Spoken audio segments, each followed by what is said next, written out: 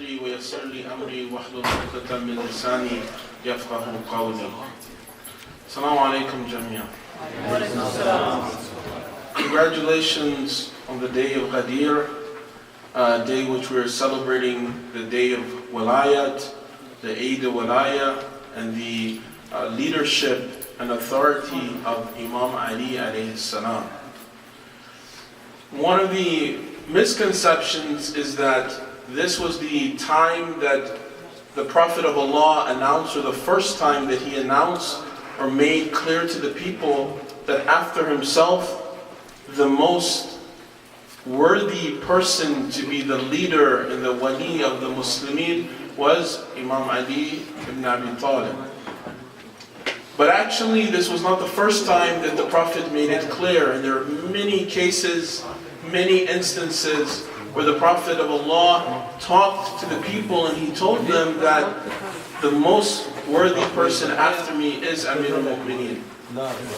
He gave examples of the famous hadith of Manzala, where he makes an example of Moses and Aaron, of Musa and Harun, of these two prophets. These were people who were both prophets, and at the time when Musa a.s. left to go up to the mountain, and Harun was the prophet who was in charge of the people, who had the authority over the people. He gave this example and this analogy to say that Imam Ali alayhi salam had similar case, that in the absence of the Prophet he had the complete authority over the people. There were many other cases where the bravery of Imam Ali alayhi salam was seen. We know about all of the battles that Imam Ali fought and how he was the bravest on the battlefield. We know that when it came to how he dealt with people, he was also the most patient of people. But one of the most beautiful things that I think we can take as a lesson from Imam Ali alayhi salam is the lesson of what is haqq, what is truth. What does it mean to be with the truth? We have hadith that Imam Ali alayhi salam ma'al haqq, that he is with truth, and that the truth is with Ali. We have also hadith that says that Imam Ali alayhi salam, he is with the Quran, and the Quran is with Ali. We have hadith that says both, that say Imam Ali alayhi salam is with truth and with the Quran, and the Quran and truth is with Ali. Yaduru haythuma dar. That this truth, it revolves around Imam Ali alayhi salam. As one poet said, he gave an example of how it's such a blessing for any person to be born in the house of Allah, but it is the blessing of the house of Allah to have someone like Ali ibn Abi Talib to be born there. And this is a beautiful thing, because the manifestation, the tajassum of the idea of good character or good akhlaq, we see it in Imam Ali alayhi salam. أَوَّلَ مَنْ آمَنَ. The first, it says, to bring and to become and accept the path of the Prophet. He was the one who was with the truth, not later in life, from the time that he was a young man. So this is a lesson for everyone, especially youth, that from the time that he was a young man, Imam Ali alayhi salam said, I want to be with the truth. When the Prophet calls out to the people and he tells them, this is the message that Allah has revealed to me, Imam Ali stands up to accept immediately. He has one of the first supporters of Islam was Amir al-Mu'mineen. So what we see in Imam Ali alayhi salam is someone who was not only with haqq later, he was with haqq from the beginning of his life. He was with haqq throughout his life. When he goes to the battlefield, he is with haqq. So much so that he is with haqq that if an enemy spits in his way, he would not take the life of that enemy, even for the slightest possibility that it be for his own nafs or for his own anger. He would do only what was required of him for the sake of Allah. One of the recommended things to recite on the day of Ghadeer is the ziyarat of Imam Ali alayhi salam on the day of Ghadeer. This is one of the most beautiful ziyarat you can ever read. It's a little bit long, but if you read this, you have a different love and appreciation for Imam Ali alayhi salam when you read these. When you read about the details of his life and the fadail, the character, and the way that he was. One of the excerpts, or one small part from this particular ziyarat that's recommended for the day of Ghadeer, it talks about how Imam Ali was one of the first to have iman, or one of the first to be followers of the Prophet. It talks about how he was one of the first to strive or to do jihad or to struggle on the path of Allah subhanahu wa ta'ala. It mentions about his bravery and all of these other things. And one of the things I think that's interesting, that's relative especially to the day of Ghadeer, because we have to remember that this is the final Hajj of the Prophet.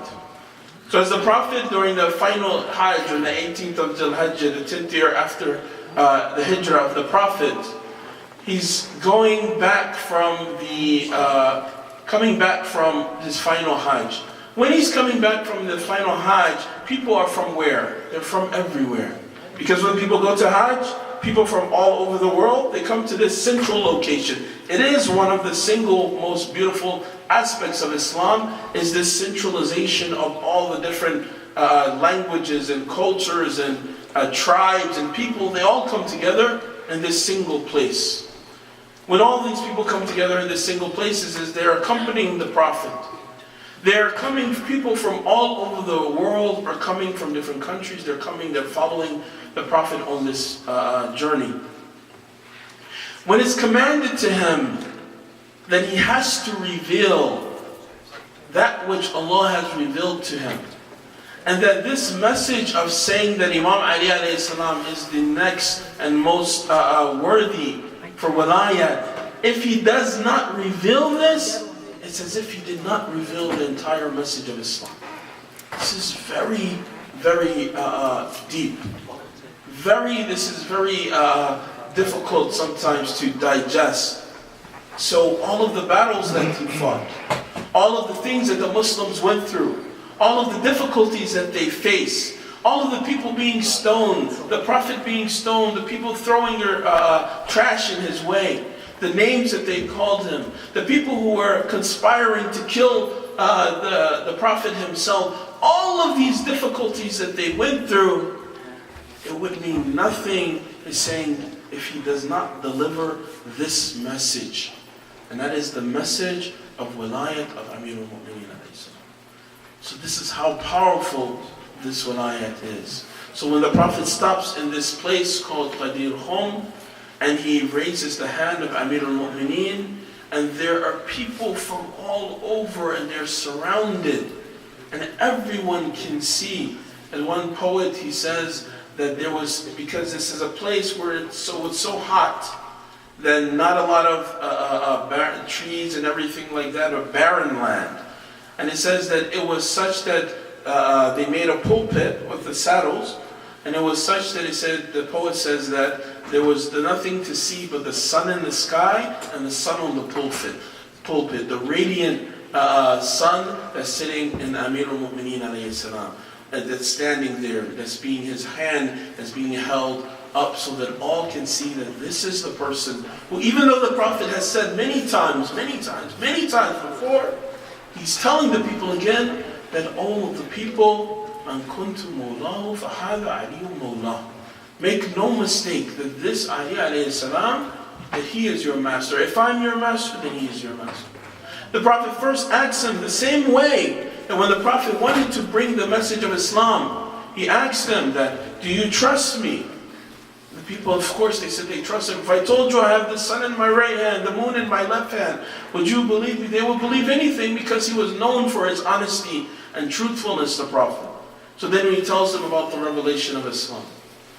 And the same goes here in Ghadeer Khum. He tells them, who has more rights over you than yourselves? Do I not have more rights than yourselves? And they say, of course, the Prophet has more rights over the people than they do themselves. He says, then if I have more rights over you and I am your Mawla, then know that this Ali alayhi salam is also your Mawla. وَلِمَنْ وَالَاهُ أَعْدِمَنْ عَادَى فَانْصُرْ مَنْ نَصَرَ وَاخْذُلْ مَنْ خَذَلَ. But this Ali alayhi salam, he is the person who you should follow, and your actions in your character, in your akhlaq, in your deeds, in your belief, in everything. He is the example that you should follow. But look at how Imam Ali alayhi salam, he dealt with difficulties. And I'm talking about being with haqq. Sometimes it's hard to be with haqq. Sometimes it's easy to be on the wrong side.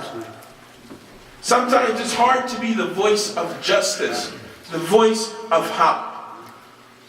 Because when you're the voice of haqq, then people may be against you. People may not like that. If you're the voice of haqq, you may have to suffer. And look at all of our a'imma, how much difficulty did they go through. So many, they spent their lives in prison. So many, they were under surveillance. So many, they faced difficulties. For so many years, the person who was the Mawla of the believers, for so many years, he endured difficulties. And it says in this particular ziyarat on the day of Al-Ghadeer, it talks about how Imam Ali, he says that these people who surrounding me, all of the people around me, the people who said we love Imam Ali alayhi salam, so much so to the extent that they went to an extreme and they became to worship him. Even the Prophet of Allah, he says there's some things about Imam Ali alayhi salam that I will not say because people would mistake Imam Ali alayhi salam for being a deity, for being a god. I will not even say the type of fadilat about him which will make people to lead them to want to go astray. Because they will become confused by how powerful the fada'il of Amir al-Mu'mineen is. When he says, Ana Aynullah, Qalbullah, and all of these things, Yadullah, and he says himself, and he refers to himself of these attributes. And sometimes it makes people difficult to understand what these actually mean, what they metaphorically represent. Not any type of blasphemous, but this is a representing the level and the station and the maqam of Amir al-Mu'mineen. But he talks about how all these people, when the Prophet raises his hand, how many people surround him? How many people congratulate him? But then look, after the Prophet leaves this world, who surrounds him? People, they desert him. They leave him. The same person who the Prophet held his hand and said, this is your Mawla, this is your master. The same person, he's being cursed openly. The same Imam who is so dear to the Prophet is not getting the respect when he walks down the street. It's a very difficult thing to understand. But look how the person who is on haqq, what does he say? He says, La taziduni kathratun nasa hawli izzatan. All of the people who surround me, this did not give me strength. My strength was not from the people who are all surrounding me. وَلَا تَفَرَّقُهُمْ أَنِّي وَحْشَةً. And I don't have any loneliness if all of these people who surrounded me, if they leave me. He said, all of my strength is from tawakkul ala Allah. It's from putting my trust in Allah. It's from being on haqq. What lesson can we take from that?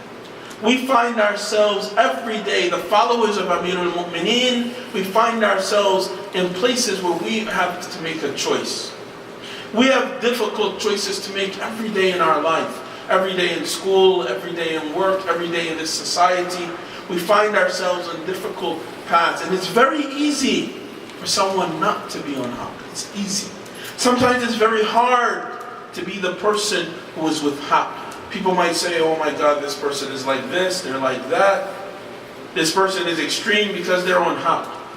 This person is like this person has this view. It's sometimes more difficult, but this is the path of Imam Ali. He says he doesn't care if everyone surrounds him and says, we love you, we support you. He says, that doesn't give me strength. He doesn't care if everyone leaves him and leaves him alone. He says, this doesn't give me loneliness. At all times, I am trusting in Allah. I resort to Allah. And this is the meaning of what it means for Ali to be with haqq and haqq to be with Ali. صلوا على محمد وآل محمد. اللهم صل على محمد وآل محمد. So when we see ourselves in a situation where Allah tests us, like He says and promised to test all of us, to see who is going to be the best of us, that even in a situation where it may be difficult, the path of the follower of Ali is to choose whatever is going to be with haqq. I remember a person who was not Muslim. She was a professor at a college. She was talking about her students. She said, I have a lot of students and some of them are Muslim. Sometimes they're from the same country, the same city even sometimes. And she said, but something I don't understand. She said, two people, they're both Muslims, they both have the same belief. So one of them, for example, one of them they wear hijab, the other one doesn't. One of them they pray, the other one doesn't. One of them they fast, the other one doesn't. One of them they are able to stop and make their prayer, the other one doesn't. One of them they eat halal and the other one doesn't. He says, but these are two people, well, if you ask them who they are and what they believe, they say, I'm Muslim. If you ask them what they follow, they say, I follow Islam. But when it comes time to do the actions and to be with haqq, for some it's difficult, for some it's not. He says, I don't understand which way is Islam. This is someone who's a professor at a university saying, I don't understand what is Islam, because I see in one person, a Muslim who's doing one thing, I see another Muslim doing something different. And you hear this a lot, for example, during Ramadan. You'll find that sometimes you have some Muslims, they're not fasting. For whatever reason, they're struggling with their iman and they're having this problem, they're not fasting. Or when it comes time to prayer, they ignore their prayers. The same people who say they are the followers of Amir al-Mu'mineen. This is the reason why we have a hadith where someone says that I am the Shia of the Ahl al-Bayt. And Imam Bakr says, no. The Shia of the Ahl al-Bayt are the ones who in their ta'ah, in their obedience, and in their taqwa, they follow what we have commanded. They follow our amr. He says, and if you're not following what we have commanded, don't call yourself the Shia of Imam Ali. Don't say this word. He says, this is a sharif, a noble title to say that I am a Shia. And if you're not one of those people who when they do their actions, they're following the action of the Imam, says don't say this title. Instead, say you're one of the muhibbeen of the Ahl al-Bayt. Say you are a lover of the Ahl al-Bayt. You want to be like one of the followers. But if you want to be considered one of the followers, one of the Shias, and what is necessary? It's necessary to be one of those who are doing the things that they have commanded. I cannot be the lover of Amir al-Mu'mineen if when my actions or my akhlaq, I don't have the akhlaq of Amir al-Mu'mineen. I cannot be the Shia, the follower of Amir al-Mu'mineen, if I don't have the patience of Amir al-Mu'mineen. If I don't have the discipline of Amir al-Mu'mineen. Today, the bravery and the courage is to live in a society surrounded by kufr or by things that are against Islam and to still be on haqq. This today is following the path of Amir al-Mu'mineen. Inshallah, may Allah give you all and us all tawfiq and success to be those who are truly the Shias of our Imam and to follow in his path. And may Allah hasten the coming of our 12th Imam. Ajjalullah farajahu wa shaykh. Assalamu alaikum wa rahmatullahi.